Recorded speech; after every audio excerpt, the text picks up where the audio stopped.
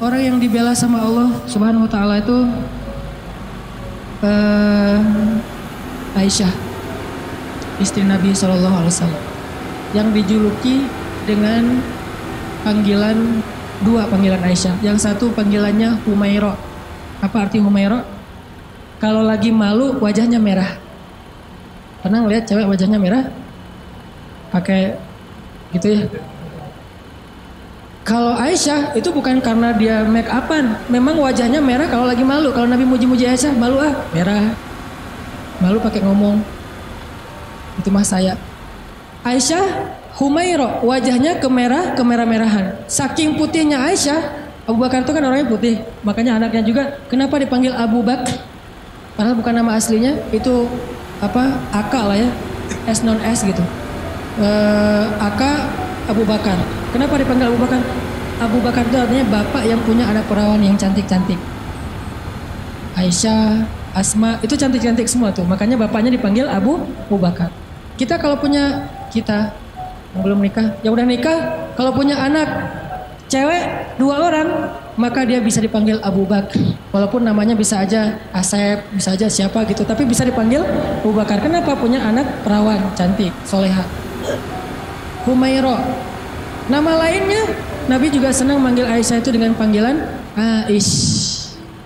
Disingkat Aisyah jadi Aish. Dalam bahasa Sunda jadi Eis. Itu benar. Pasti orang Sunda manggil Eis itu asal muasalnya dari panggilan Aisyah. Karena kita nggak bisa susah ngucapin A, dari Ais jadi Eis.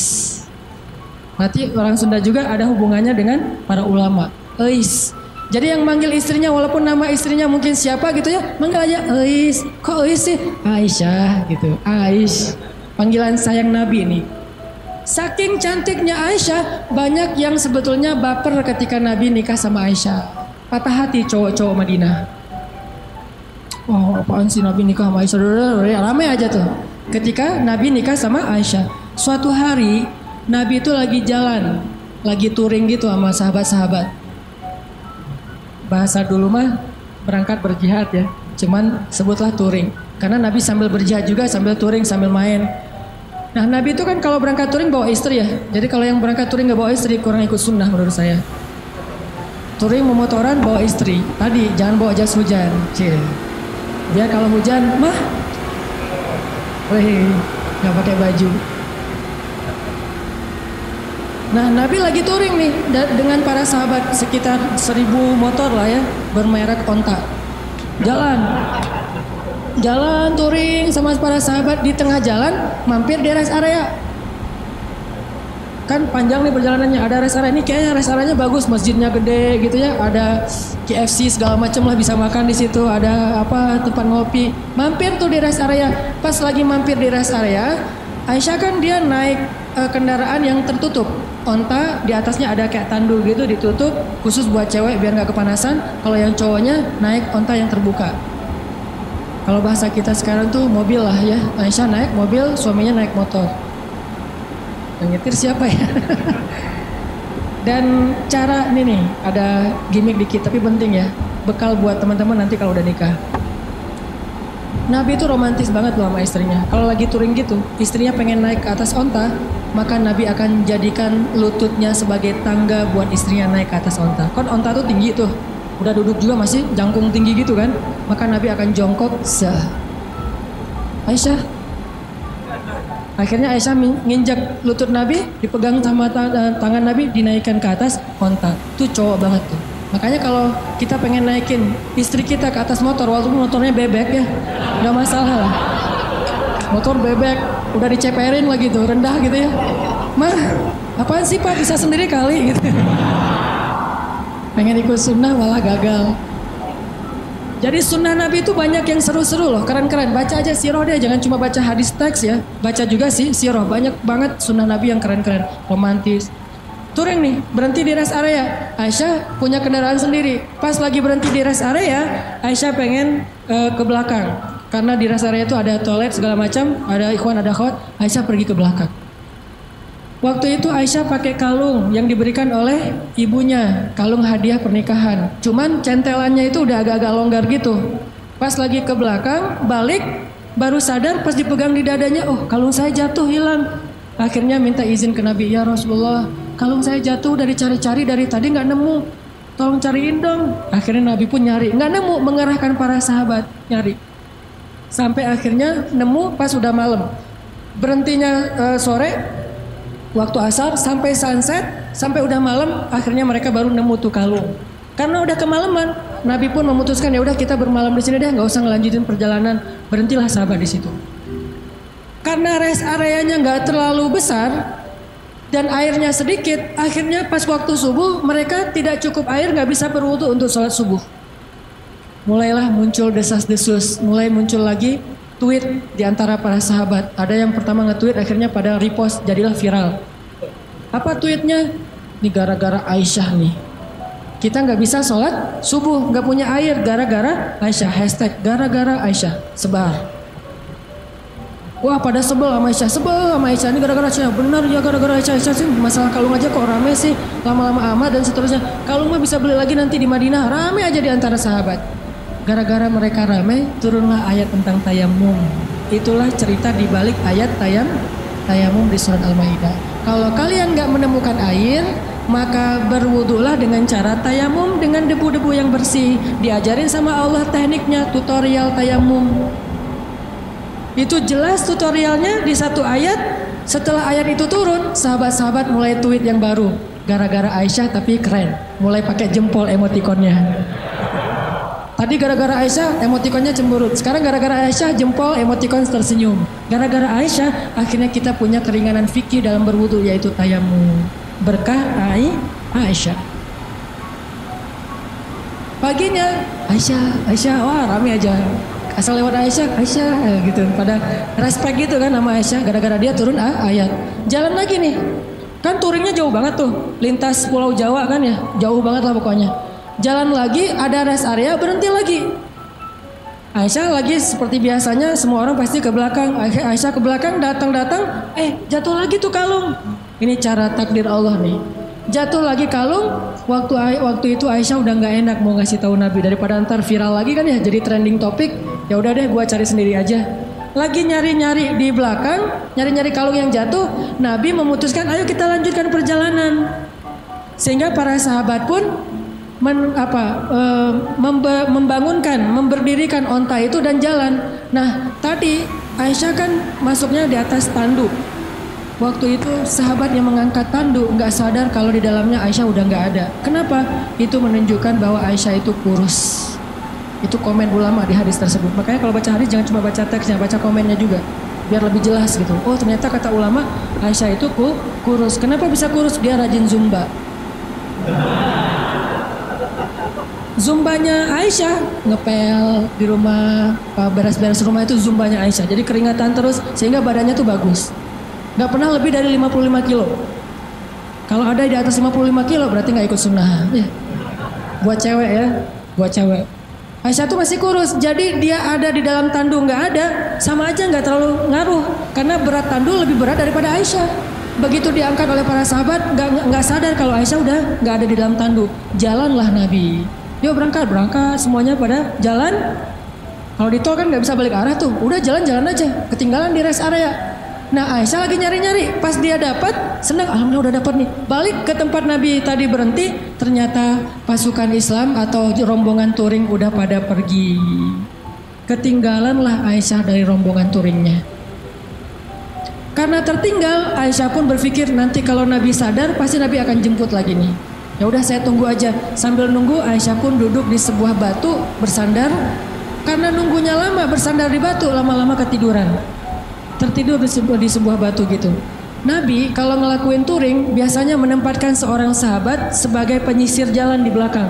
Takutnya ada barang yang ketinggalan, orang ketinggalan kayak gitu. Namanya Sofwan bin Mu'attal. Sofwan ini jomblo terkeren di Madinah. Anak Madinah yang keren, masih jomblo pula. Dan biasanya cewek-cewek kalau Sofwan lewat, Sofwan gitu. Sofwan tuh terkenal lah, paling keren. Kalau di Mekah yang keren kayak Sofwan itu Mus'ab bin Umair. Yang parfumnya nggak ada duanya di Mekah, cuma ada satu. Sehingga kalau Mus'ab lewat di sebuah gang, cewek-cewek langsung sadar, Mus'ab baru lewat loh, kenapa? Gua cium harumnya parfum Mus'ab. Kalau Mus'ab nyuci pakaiannya, maka orang berlomba-lomba pengen ngambil pakaian itu untuk cuci bareng dengan pakaian dia supaya parfumnya pindah. Saking kerennya parfum. Emang parfum gimana? Harga 100 milinya, 100 mili itu yang kecil 20 juta. Karena saya pernah pas lagi umroh nyari-nyari parfum kayak gitu tuh di Bin Daud, di Hilton, di depan Masjidil Haram. Pas saya masuk, ditanya sama yang penjaganya, dari mana? Indonesia. Udah nggak usah masuk deh. Kenapa? Indonesia bakhil katanya. Kalau Malaysia boleh masuk, kalau Indonesia nggak boleh. Ini penghinaan nih kata saya nih. Masa orang Malaysia boleh masuk? Soalnya orang Malaysia kalau masuk beli. Kalau kita cuma window shopping gitu kan, udah pergi. Saya tanya, karena saya bisa bahasa Arab capruk. Anak wehebu supermil lah pokoknya ya. Capruk aja banyakin ain aja pokoknya biar Arab gitu ya. Akhirnya dia nggak ngerti, udah masuk aja lah. Karena nggak ngerti ya daripada rame. Masuk ngelihat parfum 1 milinya 100 mili yang kecil gitu. Harganya 20 juta. Pas saya lihat langsung jantungan.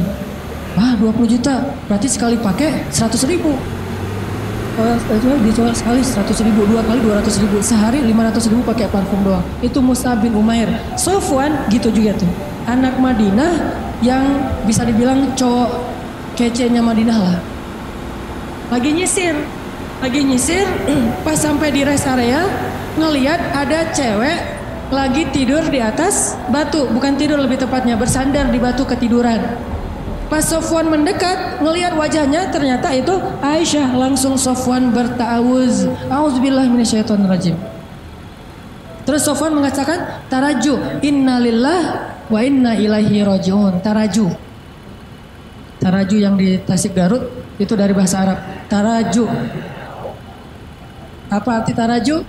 Innalillah wa inna ilaihi rajiun. Taraju artinya mengucapkan innalillah. Langsung Sofwan, innalillahi wa inna ilaihi rajiun, berpaling. Coba bayangin, solehnya Sofwan. Kalau kita kan, alhamdulillah, kebaliknya. Kalau Sofwan, innalillah, nih cowok keren tuh kayak gitu tuh, innalillah. Kalau Maryam ngelihat Jibril, kan Maryam pernah lagi sendirian tuh di mihrab, lagi berzikir. Tiba-tiba datang cowok keren namanya Gabriel. Jibril itu kan kalau turun ke bumi berwujud basyaron sawiyya, laki-laki yang sempurna. Pas Maryam ngelihat cowok keren gitu, apa kata Maryam? A'udzubillah. Bukan Masya Allah, bukan. A'udzubillah. Jadi cewek-cewek nih kalau ngelihat postingan ada cowok yang keren, a'udzubillah. Yang mana ya tadi? A'udzubillah aja. Jangan dilihat. Yang cowok-cowoknya ada yang cewek keren, innalillah wa inna ilaihi rajiun. Jadi kalau cewek-cewek nanti di luar dengerin ada yang tarajo, berarti ada yang keren tuh. Mana. Innalillah wa inna ilaihi rajiun. Karena ucapan taraju'nya keras, akhirnya Aisyah kaget dan bangun. Pas Aisyah bangun langsung Aisyah nunduk gitu karena malu kepada Sofwan. Sofwan gak banyak nanya, Aisyah ngapain sendiri di sini, lagi nungguin saya ya? Enggak. Nih solehnya sahabat ya, biar kita bisa ngebandingin sama kita. Nggak nanya Aisyah lagi ngapain di sini, Aisyah kenapa duduk di situ, Aisyah enggak.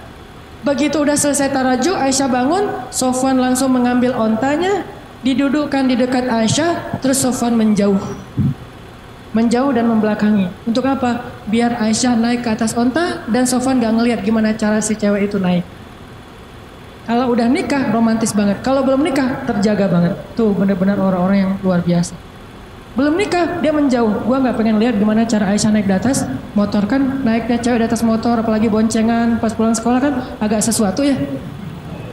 Bahaya kan? Nah Sofwan gak mau ngeliat itu cara cewek naik, walaupun Aisyah itu sangat terjaga auratnya, tapi masih Sofwan menjaga hatinya, gak mau lihat melihat ke sana, tapi di sebelah sana ada cermin jadi bisa tembus ke belakang.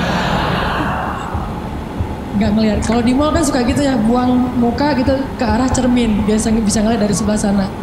Bukan pengalaman ya, pernah. Nah akhirnya Sofwan menjauh membelakangi Aisyah. Dalam durasi kira-kira si cewek ini udah selesai naik ke atas unta. Begitu udah selesai, Sofwan datang ngambil tali kekang unta dan ditarik. Untanya berdiri jalan. Sofwan jalan kaki di depan, Aisyah naik di atas unta. Itu cara paling bagus boncengan. Jadi jangan dibonceng gitu. Apalagi ini ojek-ojek online ya.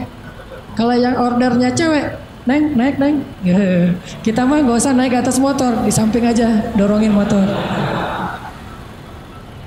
Kenapa mang kok gitu caranya? Sofwan. Sofwan itu siapa? Nggak pernah ikut talim ya. Makin sombong ya, makin ria. Sofwan narik tuh tali kekang onta. Aisyah di belakang. Nggak pernah sekalipun Sofwan menoleh ke belakang. Aisyah butuh sesuatu? Nggak. Atau mungkin bisa miss call kalau ada apa-apa. Ini nomor saya modus. Nggak ada sama sekali. Aisyah nggak diajak ngobrol. Aisyah kenapa tinggal sendiri dan segala macam? Nggak sama sekali. Diam sepanjang perjalanan sampai di Madinah. Nabi sampai di Madinah nggak sadar kalau Aisyahnya ketinggalan karena Nabi nggak langsung pulang. Biasanya nyambut tamu dulu, ada urusan negara lah. Nah, lama baru dari belakang Aisyah dengan Sofwan muncul. Di Madinah waktu itu kebenaran orang-orang Yahudi lagi nongkrong di gerbang. Karena salah satu hobi orang Yahudi itu nongkrong di jalan. Senang banget nongkrong di jalan tuh. Nongkrong gitu-gitu ya di jalan. Nah, pas lagi orang Yahudi nongkrong di jalan, tiba-tiba dari kejauhan datanglah Aisyah dengan Sofwan berdua, tapi satu di atas onta, satu lagi narik tali kekang onta. Orang Yahudi tadi lagi nongkrong nih, lagi ngobrol. Datanglah Aisyah sama Sofwan, begitu mereka ngelihat Sofwan dan Aisyah, langsung sepi, diam semua orang Yahudi, diam aja. Diam, tuh ada yang lewat. Diam, pas sudah lewat, gue bener ngelihatnya tadi nggak bermimpi nih. Enggak, gue juga ngeliat yang sama. Bener kan Aisyah, bener. Mulai gosip muncul. Judulnya masih aman nih. Aisyah dan Sofwan pulang berdua. Judul standar lah ya, mainstream. Judulnya Aisyah dan Sofwan pulang berdua. Bener nggak? Bener, tapi orang persepsinya apa? Selingkuh kan? Ada affair nih antara Aisyah dengan Sofwan. Judulnya nggak bisa dihujat. Oh, saya tuntut kamu pencemaran nama baik, nggak bisa. Orang judulnya benar. Aisyah dan Sofwan pulang berdua. Atau nanti dikembangin lagi. Aisyah dan Sofwan ada apa? Tanda tanya. Bisa aja kayak gitu. Ada apa dengan ADA gitu. Ada apa dengan Aisyah? Nah, gara-gara orang Yahudi nyebarin tweet hashtag postingan kayak gini, mulai viral di antara kaum muslimin. Ada apa dengan Aisyah? Aisyah selingkuh, Aisyah dan Sofwan ada sesuatu. Ramelah fitnah di antara kaum muslimin tentang Sofwan dan Aisyah. Sampai akhirnya fitnah ini terdengar kepada Rasul. Nabi juga sempat hampir ragu sama Aisyah. Saking semua orang ngebicarain itu. Lu udah dengar berita belum? Apa? Aisyah sama Sofwan ternyata kemarin pulang berdua, ada sesuatu tuh. Oh gitu? Kan suka gurih ya omongan-omongan kayak gini nih. Bisa ditambah-tambahin, pecinnya ditambahin, jadilah pecinnya banyak. Makin banyak pecin, makin sedap. Makin susah untuk berhenti kan? Nah gitulah gosip. Akhirnya viral, jadi trending topik di Madinah, Aisyah dan Sofwan ada affair. Sampai ada seorang sahabat, kalau nggak salah namanya Abu Ayyub, pulang ke rumah. Nanya ke istrinya, "Mah, udah dengar berita yang lagi trending topik belum?" "Udah Pak, Mama juga baru buka Instagram," kata istrinya. Mama punya Instagram kok, Bapak gak di follow? Bahaya. Aisyah sama Sofwan katanya di fitnah ada sesuatu. Gimana menurut Mama? Kata Abu Ayyub. Nih jawaban istrinya nih, jadi panduan buat kita kalau dengar gosip. Apa kata istrinya? "Ya Abu Ayyub, gimana pendapat engkau jika ada yang mengatakan engkau selingkuh dengan seorang perempuan?" Kata Abu Ayyub, "Ya gak mungkin lah. Papa mau selingkuh, kan udah cukup dengan Mama." Mama kan segalanya buat Papa. Udah gak ada lagi, gak akan terbuka lagi lah hati Papa buat cewek yang lain mah. Udah gitu-gitu. Benar Pak, benar. Sesungguhnya Sofwan itu lebih soleh daripada Papa. Kalau Papa gak mungkin selingkuh, maka Sofwan juga gak mungkin. Oh gitu? Ya deh. Ditanya lagi sama istri Abu Ayyub. "Pak, ya Abu Ayyub, gimana menurut engkau jika ada yang mengatakan Mama selingkuh?" Kata Abu Ayyub, "Nauzubillah, gak mungkin. Papa percaya banget sama Mama. Mama tuh kan cewek yang paling setia, yang menjaga diri dan segala macam." Kata istrinya, "Sesungguhnya Aisyah lebih soleha daripada Mama. Kalau Mama aja gak mungkin selingkuh, apalagi Aisyah." Coba. Gampang kan menyelesaikan masalah kayak gini? Ada isu, sesungguhnya dia lebih soleh daripada kita. Kalau kita aja gak mungkin, pasti dia lebih gak mungkin lagi. Begitu caranya. Husnuzon. Tapi di luar, berita itu tetap berkembang. Sampai akhirnya Nabi datang ke rumah Aisyah.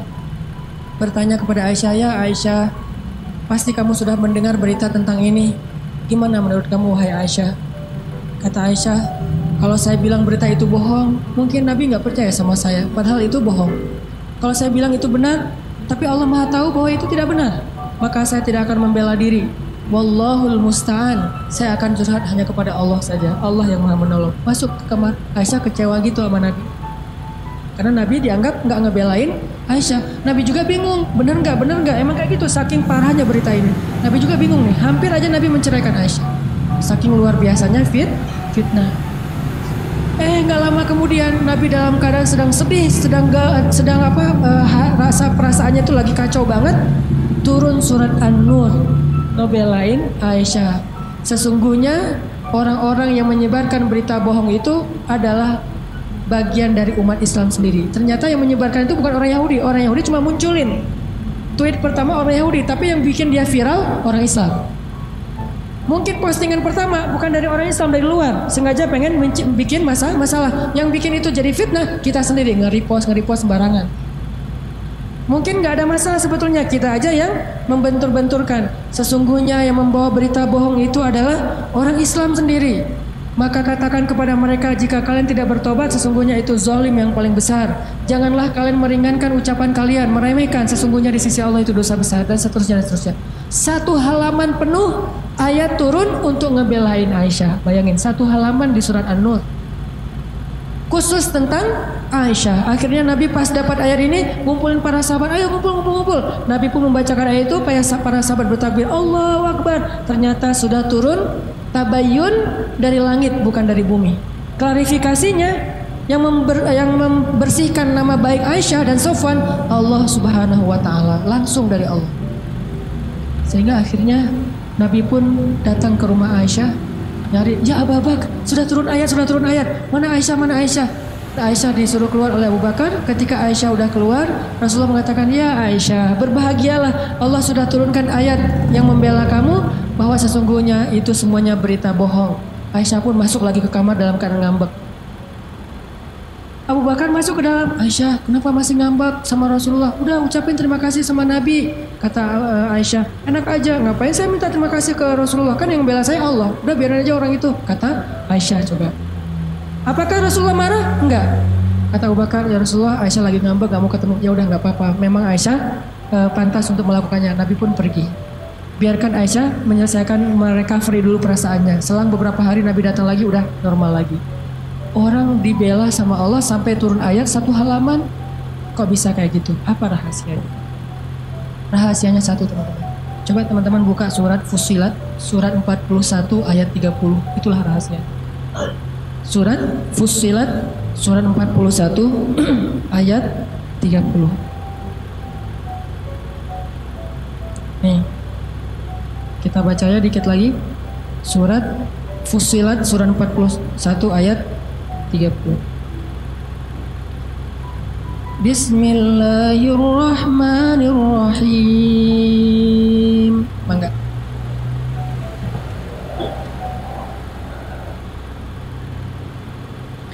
Innal ladzina qalu rabbuna Allahu tsumma istaqamu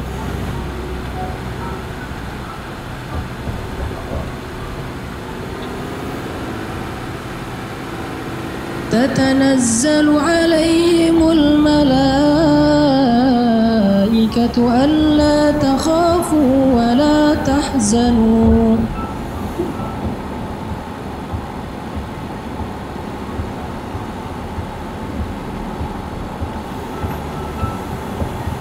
وأبشروا بالجنة التي كنتم توعدون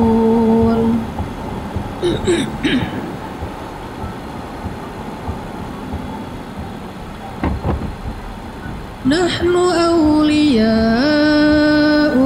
في الحياة الدنيا وفي الآخرة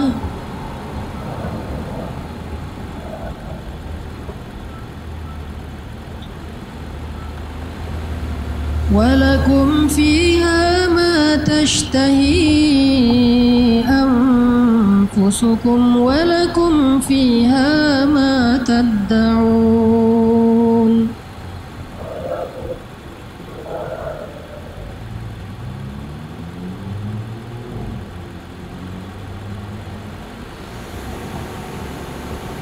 Sesungguhnya orang-orang yang berkata Rob kami adalah Allah, kemudian mereka berkomitmen istiqomah, maka turunlah kepada mereka malaikat-malaikat secara berbondong-bondong dan mengatakan, janganlah kalian takut, janganlah kalian khawatir, bergembiralah dengan surga yang telah dipersiapkan untuk kalian semua.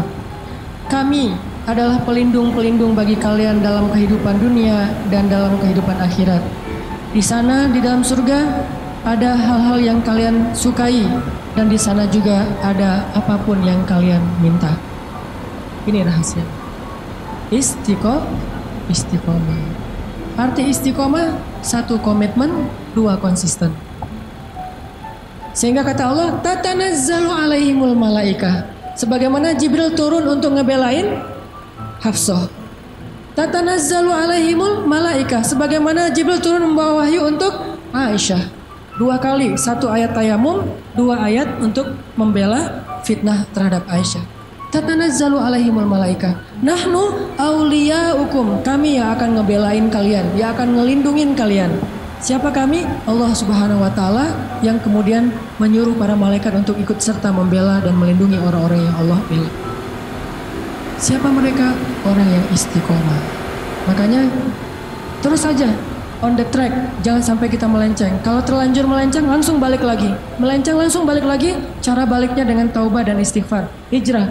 Kalau kita istiqomah, nanti suatu saat setelah istiqomah kita diakui oleh Allah, disahkan, Allah udah ridho, oh ternyata benar kamu istiqomah, maka Allah Subhanahu wa taala yang akan membela kita, bukan manusia. Allah sendiri yang bakal ngebelain kita.